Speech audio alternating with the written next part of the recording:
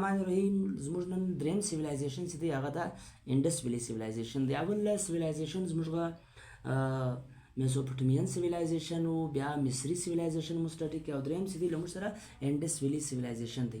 چې انډس ویلي سیویلایزیشن چې دی دا په 1826 کې چارلس میشن چې دی دا ډسکور کړي. دا مختلف خښتې چې وې، دا مات ځایونه چې وو، کیلې، زاړه زاړه کورونه یې وکتل، دا کوم د خټې او د خښتو څخه جوړ کورونه یې مطالعه کړو، له دې څخه یې دغه سټډي کوي. انډس ویلي سیویلایزیشن اصل د اباسین ریور څخه آباد دی. اباسین ریور چې دی 3000 کیلومتره له عملیه له غرونو څخه راوځي، بیا تر عربین سی پورې دا چې دی دا اوبه بهیږي او دا دغه کړی دی. دا کوم چارلس میشن چې و دغه ارټیفیکټس نوادرات چې دي، دا نور د ځناورو کوم ریړیانې چې وي یا نور د سپورټ شیان چې وو او څلوېښت سکلیټنز د انسانانو د جسم مختلف اعضاوې دوی پیدا کې دا یې سټډي کوي. مخته بیا دې سټډي کوي چې د دې دغسې د موسمونه چې وو هغه ډېر زیات ګرم وو او خلک چې وو هغه به اکثر له دې ځایه څخه د باندې تلل نه.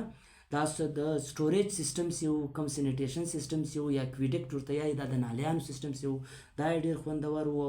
او دا کوم له سټیچیوټ بوتان به یې جوړول، له مختلف ډبرو څخه به یې ډېر خوندور بوتان دې خلکو جوړول او دې خلکو ته بیا پام راګرځاوه.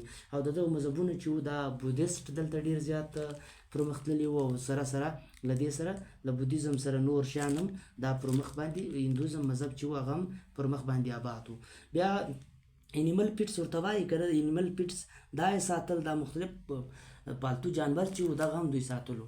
بیا وروسته د دې په هکله باندې ډېرې زیاتې تیوریانې دي چې دا د انډس ویلي سیویلایزیشن ولې ختم سوی. دغه ډېر زیات مهم سوال دی او هر ځای دا سوال چې دی دا کږي چې دا انډس ویلي سیویلایزیشن څله ختم سوی. پر دې باندې 3 تیوریز دي.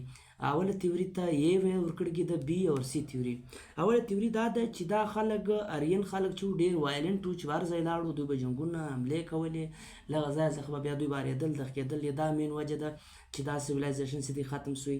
دویم دا دی چې دا سیویلایزیشن چې دی دا په میسوپوټیمیان سیویلایزیشن سره د دې کاروبار وو یا دا راتګ وتګ وو، دلته کاروبار ودرېدی، روزګار ودرېدی. نو چیرې چې روزګار ودرېږي هلته سیویلایزیشن نه پاتې شي. دا بل یو ریزن دی چې دا سیویلایزیشن ځل ختم سوی.